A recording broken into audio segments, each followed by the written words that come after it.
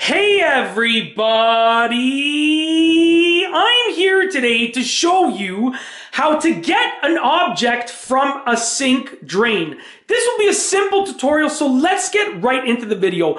I'm going to start off with the quickest and the fastest method, and then I'll work my way to the more complex methods. Let's get right into the video. First and foremost, you want to try to find out if you can retrieve the object by removing the drain. Now this is actually a pop-up drain stopper, so with this type you just untwist it, but even if you have a different style drain stopper that is attached with a mechanism underneath, you can take the appropriate steps to remove it. Pretty simple, straightforward. You just want to essentially remove the rod that's connecting it and you can pull out the drain.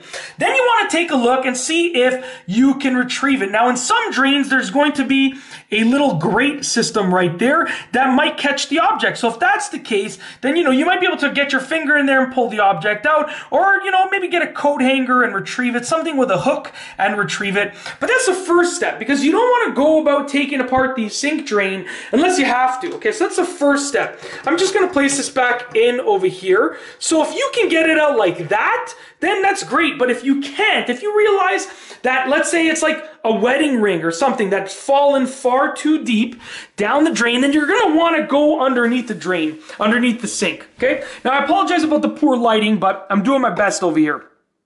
Essentially, when something falls down here, it's most likely, if it's heavy enough, going to get caught right in here. This is actually called a P-trap, just because of its shape. It looks like the letter P when it's installed, okay? So essentially, with a P-trap, water is held right in here. So like there's a whole bunch of water pooled right over here, okay? Now, if it's something heavy like, for instance, a wedding ring or a coin, special coin or something like that, then when it falls down the drain, it's usually going to get stuck right here.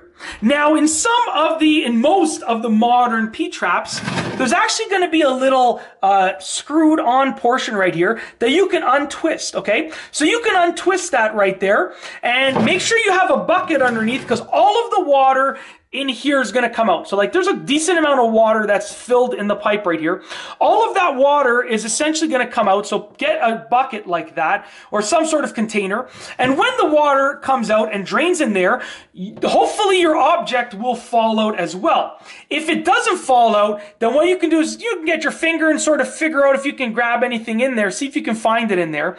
Or you can even get sort of like an endoscopic camera. You can either rent it or purchase it. They're really not that expensive, and you can send the camera in there to see if you can find the object, because it might be like right over there or right here, right here. If your P-trap does not have a screwed on portion at the bottom, like this right here, there's nothing over here. If that is the case, then you're going to have to do one of two things.